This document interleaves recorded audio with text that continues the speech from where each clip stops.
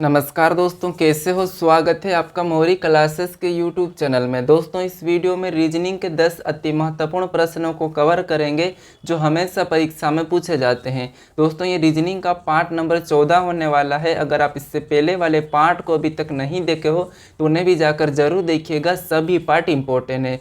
दोस्तों, इन 10 प्रश्नों के बाद मैं आपको एक प्रश्न दूंगा जिसका आंसर आपको देना होगा। तो चलिए हम शुरू करते हैं प्रश्न 1 से।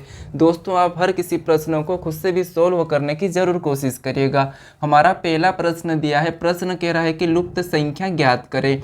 यानी दोस्तों एक प्रश्नवाचक चिन्ह दिया है, यहाँ पर कौन सी संख्या आएंगी ये प्रश्न पूछा है। ठीक है, तो देखिए हमें यहाँ पर प्रश्नवाचक चिन्ह दिया है तो हम क्या करेंगे, इस संख्या को पता करेंगे। ठीक है, या फिर इन्हें भी पता कर सकते हैं। तो देखिए सबसे पहले अगर हम यहाँ पर ध्यान से संख्या को देखेंगे तो देखिए जैसे यहाँ पर 529 लिखा है, यानी कि 23 का वर्ग होता है 529, तो वो यहाँ पर लिखा है। फिर 441 21 का वर्ग होता है तो उसे भी यहाँ पर लिखा है। 361 19 का वर्ग होता है, उसे भी यहाँ पर लिखा गया है। लेकिन दोस्तों हमें ये वाली संख्या पता करना है। ठीक है, तो देखिए अगर दोस्तों इस संख्या को देखेंगे तो ये संख्या है 32 का वर्ग। 1024 क्या है, 32 का वर्ग है। और 144 ये संख्या 12 का वर्ग है। ठीक है, ये संख्या क्या है, 12 का वर्ग है। अब देखिए अगर हम यहाँ पर ध्यान से देखेंगे तो 23 को उल्टा लिखेंगे। जैसे हम 23 को आपस में बदल देंगे तो कितने हो जाएंगे, 32 लिख लेंगे। ठीक है, और 21 को भी आपस में बदल देंगे तो कितने हो जाएंगे, 12 हो जाएंगे। अब उसके बाद देखिए जैसे यहाँ पर आपस में बदलने पर 32 और यहाँ पर 32 का वर्ग किया है, यहाँ पर भी आपस में बदलने पर 12 और यहाँ पर भी 12 वर्ग किया है। ठीक है, तो हम क्या करेंगे, इस 19 को भी आपस में बदल देंगे। तो 19 को आपस में बदलेंगे तो कितने हो जाएंगे, 91 हो जाएंगे। यानी दोस्तों जो प्रश्नवाचक चिन्ह है यहाँ पर क्या आएगा, 91 का वर्ग आएगा। अब 91 का वर्ग कितना होता है, तो 91 का वर्ग होता है 82 81। ठीक है, कितना होता है, 82 81। ये हम ऑप्शन में देखेंगे तो ऑप्शन हमारे डी में दिया है, तो ऑप्शन डी वाला हमारा सही जवाब हो जाएगा। ठीक है, चलिए बढ़ता हम प्रश्न 2 पे। अब दूसरे नंबर का प्रश्न दिया है, प्रश्न कह रहा है कि दिए गए विकल्पों में से संबंधित संख्या को चुनिए। यानी दोस्तों जैसे n गुणे m का संबंध 14 गुणे 13 से है तो हमें यहाँ पर x गुणे z का बताना। ठीक है, यानी ये प्रश्न एनालॉजी का है। तो सबसे पहले हमें पता करना है कि यहाँ पर n गुणे m 14 13 कैसे दिया है, उसी तरह यहाँ पर x गुणे z का बताना है। ठीक है, तो देखिए क्या करेंगे, यहाँ पर सबसे पहले हम ध्यान से देखेंगे प्रश्न को। सबसे पहले हमें क्या करना है, ध्यान से देखना है। तो देखिए जैसे n हमारा ABCD में 14 नंबर पे आता है तो उसे 14 लिखा है। ठीक है, फिर बाद में यहाँ पर गुणे का चिन्ह तो वैसा ही लगा है। उसके बाद m हमारा ABCD में 13 नंबर पे आता तो यहाँ पर 13 लिखा है। तो इसका मतलब ये है भी हम भी क्या करेंगे, यहाँ पर जैसे 23 नंबर यानी कि जो हमारा x दिया है, x कितने नंबर पे आता है, तो x आता है 24 नंबर पे, तो उसे हम क्या करेंगे 24 लिख लेंगे। फिर जो गुणे का चिन्ह है उसे हम वैसा ही लगा लेंगे, ये गुणे का चिन्ह लगा लिया। उसके बाद अब z कितने नंबर पे आता है, ये तो हमने 24 लिखा है, z हमारा कितने पे आता है, 26 पे आता है। तो हम भी सेम तरीके से वैसा ही लिखेंगे जैसे यहाँ पर इसने लिखा था, तो हमने भी यहाँ पर सेम तरीके से लिखा है। तो हमारा क्या आया, 24 गुणे 26। ऑप्शन में देखेंगे 24 गुणे 26, तो ऑप्शन हमारे सी में दिया है, तो ऑप्शन हमारा सी वाला सही जवाब हो जाएगा। दोस्तों ये इम्पोर्टेंट क्वेश्चन था। चलिए बढ़ता हूँ प्रश्न 3 पे। अब तीसरे नंबर का प्रश्न दिया है, प्रश्न कह रहा है कि दिए गए ब्लॉक पर जब निचली सतह 10 है तो ऊपर वाली सतह कौन सी होगी, यानी कि कौन सी संख्या होगी। दोस्तों देखिए ये प्रश्न एक घुमावदार प्रश्न है, आप इसे छोड़कर भी आ सकते हो। इम्पोर्टेंट प्रश्न आपको यहाँ पर सीखना चाहिए। जैसे देखिए प्रश्न क्या कह रहा है कि दिए गए ब्लॉक पर जब निचली सतह 10 है तो ऊपरी सतह पर कौन सी संख्या होगी, ये प्रश्न पूछा है। ठीक है, तो देखिए हम क्या करते हैं, पासे को जब भी सोल्व करते हैं, 2 पासे या 3 पासे या 4 पासे, तो क्या करते हैं हम कॉमन अंक देखते हैं। लेकिन दोस्तों यहाँ पर देखिए आपको कोई भी ऐसा कॉमन अंक नहीं दिख रहा है। ठीक है, जब दोस्तों कॉमन अंक नहीं दिखे तो आपको क्या करना है, जहाँ पर जो सतह दिख रही है वही आपस की विपरीत हो जाती है। ठीक है, जैसे आपको यहाँ पर इम्पोर्टेंट है, नोट कर लेना। जैसे हमारी ये जो 2 दिख रहा है जिस सतह पर, सेम उसी सतह पर 6 है, तो ये आपस में विपरीत होंगे। ठीक है, ये नोट कर लेना। उसके बाद जैसे यहाँ पर ऊपर वाली सतह पर 10 दिख रहा है और इधर 12 दिख रहा है, ये भी आपस में क्या होंगे, विपरीत हो जाएंगे। ठीक है, उसके बाद अब देखिए जैसे इस साइड में 4 दिखा है तो इस साइड में भी 8 है, तो ये भी एक दूसरे के विपरीत हो जाएंगे। यानी दोस्तों हमें इस टाइप के प्रश्न में कभी भी कॉमन नहीं देखना है। ठीक है, तो हमारा यहाँ पर क्या है, 10 का पूछा था, किसका पूछा था, हमें 10 का पूछा है, तो 10 का क्या हो जाएगा, 12 हो जाएगा। तो ऑप्शन हमारा यहाँ पर बी वाला सही होगा। अब देखिए अगर आप क्या करते हो, आपको कॉमन अंक नहीं मिलता तो आप प्रश्न को छोड़कर आ जाते कि यहाँ पर इसका विपरीत कैसे बताए। आप मानते कि ये प्रश्न गलत दिया था तो आप छोड़ के आ जाओगे, लेकिन नहीं, प्रश्न कभी भी ज़्यादा गलत नहीं देते हैं। तो इसीलिए यहाँ पर जो मैं तरीका बताया ये तरीका आप अपनाना। ठीक है, तो ऑप्शन बी वाला सही जवाब हो जाएगा। दोस्तों अगर आप अभी तक इस चैनल को सब्सक्राइब नहीं कर रहे हो तो ज़रूर सब्सक्राइब कर लीजिएगा। ठीक है, तो चलिए हम बढ़ते हैं प्रश्न 4 पे। अब 4 नंबर का प्रश्न दिया है, प्रश्न कह रहा है कि नीचे दी गई श्रृंखला श्रेणी में रिक्त पदों ज्ञात कीजिए। यानी दोस्तों यहाँ पर हमें क्या करना है, रिक्त पद ज्ञात करना है। जैसे यहाँ पर हमें बताना है कि कौन सी संख्या आएगी। ठीक है, तो सबसे पहले हम क्या करेंगे, यहाँ पर संख्या पैटर्न को देखेंगे। जैसे यहाँ पर 47 से 19 के बाद 167, फिर से खाली स्थान, फिर 359, फिर यहाँ पर 527 लिखा है। ठीक है, तो देखिए अगर हम क्या कर सकते हैं, अगर इसका अंतर निकालेंगे तो अंतर तो हमारा बहुत बड़ा जाएगा। ठीक है, तो अब देखिए यहाँ पर क्या कर सकते हैं, हम यहाँ पर संख्या को ध्यान से देखेंगे। तो देखिए जैसे हमारा यहाँ पर 47 दिया है, ये क्या है, 7 के वर्ग -2 है। ठीक है, 7 का वर्ग -2 है। अब देखिए ये जो 47 यानी कि 7 का वर्ग होता है 49 और -2 करेंगे तो 47, और ये 47 लिखा है। अब यहाँ पर देखेंगे तो 119 यानी कि 11 का वर्ग और -2 करेंगे। जैसे 11 का वर्ग -2 करेंगे तो यहाँ पर भी 119 होंगे, क्योंकि 11 का वर्ग होता है 121 और -2 कर देंगे तो 119। ठीक है, अब देखिए अगला हमारा 167 है, और यहाँ पर हम क्या करेंगे, 13 का वर्ग -2। ठीक है, 13 का वर्ग -2 करेंगे तो कितने होते हैं, 13 का वर्ग होता है 169 और -2 करेंगे तो 167, तो वो भी यहाँ पर दिया है। उसके बाद इस संख्या को देखेंगे 359 को। तो अब देखिए यहाँ पर क्या कर सकते हैं, 19। ठीक है, यहाँ पर क्या करेंगे, 19 का वर्ग कितना होता है, तो 361 होता है, और इसमें भी -2 करेंगे तो 359 हो जाएंगे। ठीक है, 361 19 का वर्ग होता है, -2 करेंगे तो 359। उसके बाद आगे वाली संख्या को देखें तो 527। यानी दोस्तों जैसे यहाँ पर क्या करेंगे, 23 का वर्ग और -2 करेंगे तो 23 का वर्ग होता है 529 और -2 करेंगे तो 527 भी यहाँ पर दिया है। अब देखिए इन संख्या को ध्यान से देखेंगे तो जैसे ये 7 का वर्ग, उसके बाद 11 का वर्ग, फिर 13 का वर्ग, यहाँ पर हमें तो बताना है, फिर यहाँ पर 19 का वर्ग और 23 का वर्ग। तो अब देखिए दोस्तों यहाँ पर अभाज्य संख्या है। ठीक है, कौन सी संख्या है, तो अभाज्य। जैसे 7 हमारा अभाज्य, 7 के बाद 11 अभाज्य आता है, फिर 13 अभाज्य आता है, तो हमें अगला कौन सा अभाज्य आया है वो बताना है। तो देखिए 13 के बाद कौन सा अभाज्य आता है, तो 17 आता है। क्या करेंगे, यहाँ पर 17 का वर्ग करेंगे और -2 करेंगे। अब 17 का वर्ग कितना होता है, तो 17 का वर्ग आपको पता होना चाहिए 289। ठीक है, 289 में क्या करेंगे दोस्तों, हम यहाँ पर 2 माइनस करेंगे तो 289 -2। अब 289 -2 करेंगे तो हमारे कितने हो जाएंगे, 287। कितने हो जाएंगे, 287। यानी दोस्तों यहाँ पर क्या आना चाहिए, 287 आना चाहिए। ठीक है, अब देखिए जैसे इसके बाद हमारी अगली अभाज्य संख्या क्या है, 19, फिर 23, यानी कि पैटर्न हमारा सही है। तो 287 हमारा क्या होगा, सही जवाब हो जाएगा, यानी कि ऑप्शन डी वाला हमारा क्या होगा, सही जवाब हो जाएगा। ठीक है, चलिए बढ़ता हूँ प्रश्न 5 पे। अब 5वें नंबर का प्रश्न दिया है, प्रश्न कह रहा है कि विषम संख्या के जोड़े ज्ञात करें। यानी दोस्तों यहाँ पर हमें 4 ऑप्शन दिए हैं, ए, बी, सी और डी। तो हमें यहाँ पर विषम संख्या के जोड़े बताना है। ठीक है, तो देखिए अगर हम संख्या को क्या कर सकते हैं, इसका अंतर देखेंगे तो कितने का है, 9 का अंतर है। ठीक है, देखिए 34 से 6 और 3 9, यहाँ पर 9 का अंतर है।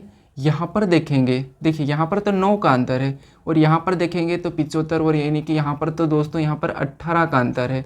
फिर यहाँ पर देखेंगे तो 12 से यहाँ पर 21 लिखा है, तो यहाँ पर कितना है, तो यहाँ पर 9 का अंतर है। अब देखिए यहाँ पर देखेंगे तो यहाँ पर 15 से 14 यानी कि 1 ही का अंतर है। तो देखिए हम अंतर से तो नहीं कर सकते।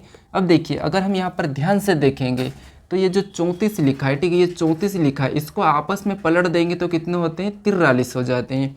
सेम तरीके से यहाँ पर भी 57 लिखा है, अगर इसे भी हम आपस में पलट देते हैं तो कितने हो जाते हैं, 75। अब यहाँ पर 12 लिखा है, इसे भी आपस में पलट देंगे तो कितने होते हैं, 21। अब देखिए यहाँ पर 15 लिखा है, इससे आपस में पलटेंगे तो कितने होंगे, 51। लेकिन यहाँ पर क्या लिखा है, 14 लिखा है, तो यही हमारा एक विषम जोड़ा हो जाएगा। तो हमारा ऑप्शन कौन सा वाला, डी वाला ही क्या होगा, सही जवाब हो जाएगा दोस्तों, ठीक है। कौन सा वाला, ऑप्शन डी वाला, क्योंकि सारा ऑप्शन में संख्या पलटाकर लिखिए, लेकिन यहाँ पर नहीं, ठीक है, यहाँ पर नहीं लिखा है, तो ऑप्शन हमारा डी वाला विषम होगा, यानी कि सही जवाब हमारा यही हो जाएगा। चलिए बढ़ता हूँ प्रश्न 6 पे। अब 6 नंबर का प्रश्न दिया है, प्रश्न कह रहा है दोस्तों कि वह आरेख चुनिए जो नीचे दिए गए वर्गों के बीच के संबंध का सही निरूपण करता है, यानी कि सही निरूपण करता है। तो अब दोस्तों जैसे हमें यहाँ पर बेल दिया है, जानवर दिया है और मांसाहारी दिया है, तो हमें यहाँ पर बताना है कि इनका वेन डायग्राम कैसा बनेगा, ठीक है। तो देखिए वेन डायग्राम के रिलेटेड है, तो हमें सबसे पहले क्या करना होता है, इन शब्दों का आपस में समझना है कि इनका कोई संबंध है या नहीं है। तो जैसे इनकी रियल लाइफ की बात करते हैं तो जानवर और बेल और मांसाहारी। अब देखिए जो बेल है हमारा, ये क्या है, जानवर है, ठीक है, तो ये तो जानवर के अंदर आएगा। अब मांसाहारी दोस्तों, मांसाहारी जानवर होते हैं, लेकिन हमारा जो बेल है ये मांसाहारी नहीं है। तो अब देखिए जैसे ये हमारा कौन हो गया, तो ये हमारा जानवर हो गया। अब आपको पता होना चाहिए कि जानवर के अंदर कौन आ जाएगा, बेल आ जाएगा, तो ये हमारा कौन हो गया, बेल हो गया, ठीक है। ये बेल का डायग्राम है, तो ये जानवर के अंदर, यानी कि बेल एक जानवर है, तो ये जानवर के अंदर आ जाएगा, ठीक है। उसके बाद अब मांसाहारी, क्या दोस्तों बेल मांसाहारी होता है क्या, तो रियल लाइफ में बेल मांसाहारी नहीं होता है, ठीक है। तो देखिए यानी कि मांसाहारी कौन हो जाएगा, जानवर मांसाहारी होते हैं तो ये कुछ वाला बनेगा, ठीक है। बेल नहीं होता है तो बेल को छोड़ देंगे, हम जानवर होते हैं, ठीक है, जानवर मांसाहारी होते हैं, तो इसका डायग्राम ऐसा बनेगा, ठीक है। तो ये ऑप्शन में देखेंगे तो ऑप्शन हमारे डी में दिया है, तो ऑप्शन हमारा डी वाला क्या होगा, सही जवाब हो जाएगा, ठीक है। क्योंकि जानवर ऐसे होते हैं कुछ जो मांसाहारी होते हैं, कुछ जानवर ऐसे होते हैं जो यहाँ पर सर्वाहारी भी होते हैं और शाकाहारी भी होते हैं, तो इसीलिए हमारे यहाँ पर कुछ वाला बना है, ठीक है। तो ऑप्शन डी वाला हमारा सही जवाब हो जाएगा। चलिए बढ़ता हूँ प्रश्न 7 पे। अब 7वें नंबर का प्रश्न दिया है, प्रश्न कह रहा है कि दोस्तों दी गई आकृति में कितनी पुस्तकें काल्पनिक है। यानी दोस्तों हमें यहाँ पर क्या करना है, जैसे जो ये डायग्राम है, ठीक है, ये जो एक वृत्त है, इसके अंदर जितने भी अंक है ये केवल क्या है, पुस्तकें हैं, मान लीजिए। उसके बाद यहाँ पर इतने जो आयत हमारा है, इसके अंदर जितने भी अंक है वो काल्पनिक है, और जो त्रिभुज है इसके अंदर है ये सारे के सारे मुद्रित है। लेकिन दोस्तों हमें यहाँ पर मिक्स किया है, जैसे कि कहा गया है कि कितनी पुस्तकें काल्पनिक है, यानी दोस्तों इस मुद्रित का तो नाम ही नहीं लिया है, ठीक है। तो हमें इसका कुछ छेड़छाड़ नहीं करना है, हमें तो इनसे मतलब रखना है, ठीक है, इन दो से। तो अब देखिए हमें कितनी पुस्तकें काल्पनिक है, यानी दोस्तों ऐसे अंक देखना है जो पुस्तक के अंदर भी हो और काल्पनिक के अंदर भी हो, ठीक है। तो अब देखिए हमारा 7 तो नहीं होगा, 9 भी हमारा इसके अंदर नहीं है, फिर हमारा 5 भी नहीं है, 12 भी सिर्फ काल्पनिक के अंदर है तो ये भी नहीं होगा। अब देखिए जो 14 हमारा ये भी पुस्तक के अंदर ही है तो ये भी नहीं होगा। लेकिन ये दो ऑप्शन है हमारे 23 और 18, ये दोनों की दोनों क्या है, काल्पनिक और पुस्तक के अंदर, दोनों के अंदर है, तो हम इन्हें ले लेंगे। लेकिन दोस्तों आप क्या करोगे, हमको तो सिर्फ क्या पूछा है, यहाँ पर पुस्तकें काल्पनिक पूछा है, तो आप क्या करोगे, 18 दोनों के अंदर है तो आप 18 लगा दोगे, तो आपका ये गलत हो जाएगा, ठीक है। क्योंकि देखिए प्रश्न में ये नहीं कहा है कि आपको मुद्रित नहीं लेना है, इसका कुछ कहा ही नहीं, तो हम इसे नहीं छोड़ सकते, ठीक है। इसका कुछ कहा नहीं तो इससे हम कुछ इसके साथ कुछ छेड़छाड़ करना ही नहीं है, ठीक है, तो हम इसका नाम नहीं लेंगे, तो ये तो भूल जाना है हमें। बस यहाँ पर देखिए कौन दिख रहा है, 23 और 18, तो इन्हें क्या करेंगे, जोड़ लेंगे। अब 23 और 18 को जोड़ेंगे तो कितने हो जाएंगे, देखिए 41 हो जाएंगे, तो 41 हमारा यहाँ पर सही जवाब होगा, ठीक है। बिल्कुल जवाब क्या होगा, सही, यहाँ पर ऑप्शन डी वाला होगा। आप क्या करते हो, हमें पुस्तक का पूछा है और काल्पनिक पूछा है तो हम 18 को लगा लेंगे और 23 को हटा देंगे, ये हम ऐसा करने में गलत होगा। ऐसा कब करना, जब आपको कहा जाए कि कितनी पुस्तकें काल्पनिक है लेकिन मुद्रित नहीं है, तब आपको क्या करना, इस 23 को नहीं लेना है, तब आपका 18 होगा। प्रश्न कैसा पूछा जाएगा कि कितनी पुस्तक काल्पनिक है, कितनी पुस्तक काल्पनिक है जो कि मुद्रित नहीं है, तब आपको क्या करना है, यहाँ पर 23 को नहीं लेना है। लेकिन अभी ऐसा प्रश्न नहीं पूछा था तो हमें यहाँ पर दोनों को लेना है, तो ऑप्शन हमारा डी वाला क्या होगा, सही जवाब हो जाएगा, ठीक है। चलिए बढ़ता हूँ प्रश्न 8 पे। अब 8वें नंबर का प्रश्न दिया है दोस्तों, प्रश्न कह रहा है कि एफ ए का भाई है, सी ए की पुत्री है, के एफ की बहन है, जी सी का भाई है, जी का चाचा कौन है। यानी दोस्तों देखिए ये ब्लड रिलेशन का क्वेश्चन है। देखिए क्या करेंगे यहाँ पर, एफ ए का भाई है, यानी दोस्तों जैसे ये हमारा कौन हो गया एफ, ठीक है, ये हमारा कौन हो गया एफ, और एफ क्या है तो एफ दोस्तों हमारा यहाँ पर देखिए एफ हमारा ए का भाई है, तो हम क्या करेंगे इसका भाई है तो इसका भाई बना लेंगे। ये किसका भाई है, ए का भाई कौन है, एफ है। एफ ए का भाई है तो हम यहाँ पर प्लस लगा लेंगे। उसके बाद आगे कहा गया है कि सी ए की पुत्री है, यानी दोस्तों जो सी है ये क्या है, ए की पुत्री है, तो पुत्री को हम क्या करते हैं नीचे लिखते हैं, तो ये सी किसकी पुत्री हो गई, ए की पुत्री हो गई, ठीक है, तो पुत्री को माइनस मान लेंगे। उसके बाद आगे कहा है कि के एफ की बहन है, यानी दोस्तों के जो क्या है एफ की बहन है, तो इसकी कौन हो जाएगी, के बहन हो जाएगी, तो हम यहाँ पर के को बना लेंगे। उसके बाद आगे कहा गया कि जी सी का भाई है, यानी दोस्तों जी सी का भाई है, तो ये इसका कौन हो गया, जी भाई हो गया, तो हम इसे यहाँ पर बना लेंगे, ठीक है। उसके बाद अब देखिए प्रश्न क्या कह रहा है कि यहाँ पर जी का चाचा कौन है, जी का चाचा कौन है, ये प्रश्न पूछा है। तो देखिए जी का चाचा कौन हो जाएगा, तो आपको यहाँ पर दिख रहा होगा ये सी और जी तो आपस में भाई बहन है, ठीक है, यहाँ पर सी और जी आपस में भाई बहन है, और ये जो ए है इनका या तो पिता हो सकता है या माता हो सकता है, ठीक है। तो अब देखिए ये इसका एप क्या है, भाई है, तो यही क्या होगा दोस्तों, यही हमारा एप जो क्या है, एप इसका भाई है ए का, तो यही जी का चाचा हो जाएगा, ठीक है। कौन, एप, एप क्या हो जाएगा, जी का चाचा हो जाएगा। तो एप हम ऑप्शन में देखेंगे तो ऑप्शन हमारे सी में दिया है, तो ऑप्शन सी वाला हमारा सही जवाब हो जाएगा, ठीक है। बढ़ता हम प्रश्न 9 पे। अब 9वें नंबर का प्रश्न दिया है, प्रश्न कह रहा है कि सुदिश, ठीक है, प्रश्न क्या कहा है कि सुदिश ऊपर से 7वां तथा नीचे से 28वां है, तो उस कक्षा में कितने छात्र हैं। यानी दोस्तों ये रैंकिंग का प्रश्न है। जब भी आपको ऐसे पूछा जाए कि ऊपर से 7वां नीचे से 28वां, या दाएं से 7वां बाएं से 28वां, या ऐसा कुछ भी प्रश्न पूछे, तो आपको क्या करना है, ऊपर नीचे दाएं बाएं जो भी अंक दिए हैं उन्हें दोनों को जोड़कर क्या करना है, एक माइनस कर लाना, जैसे 7 और प्लस हम क्या करेंगे 28 को जोड़ लेंगे, और एक क्या करेंगे माइनस करेंगे, तो 27, और यहाँ पर देखिए 28 और 7 कितने होते हैं, तो 28 और 7 35 होते हैं, ठीक है, कितने होते हैं 35, और माइनस क्या करेंगे 1 करेंगे, तो -1 करने पर कितने होते हैं 34। यानी दोस्तों इस प्रश्न का सही जवाब क्या होगा, 34 हो जाएगा। ऑप्शन में देखेंगे तो कुल कितने यहाँ पर छात्र है, 34 है, तो ऑप्शन हमारा ए वाला सही जवाब हो जाएगा, ठीक है। चलिए बढ़ता हम प्रश्न 10 पे। अब 10वें नंबर का प्रश्न दिया है, प्रश्न कह रहा है कि दोस्तों नीचे दिए गए कथन में सही निष्कर्ष का चयन करें। यानी दोस्तों एक कथन दिया है, इसके बारे में निष्कर्ष क्या कह रहा है हमें ये बताना है, ठीक है। तो ये प्रश्न भी इम्पोर्टेंट, इसके 4 से 5 प्रश्न भी पूछे जाते हैं एग्जाम में। तो अब देखिए क्या करेंगे, सबसे पहले हम समझेंगे कि कथन क्या कहा। तो कथन कह रहा है कि कुछ कलम पेंसिल है, यानी दोस्तों जैसे ये हमारा कौन हो गया, कलम हो गया, ठीक है। ये जो कुछ कलम है ये क्या है, पेंसिल है, ठीक है, तो ये पेंसिल हो गई। उसके बाद अब आगे कह रहा है कि देखिए आगे कह रहा है कि सभी पेंसिल रबर है, यानी दोस्तों सभी की सभी पेंसिल रबर है, तो इसका डायग्राम ऐसा बन जाएगा, ठीक है, ये क्या हो गई, रबर हो गई। अब इसके बाद अब प्रश्न हमारा यहाँ पर सोल्व होता है कि निष्कर्ष इसके बारे में क्या कह रहा है, ठीक है।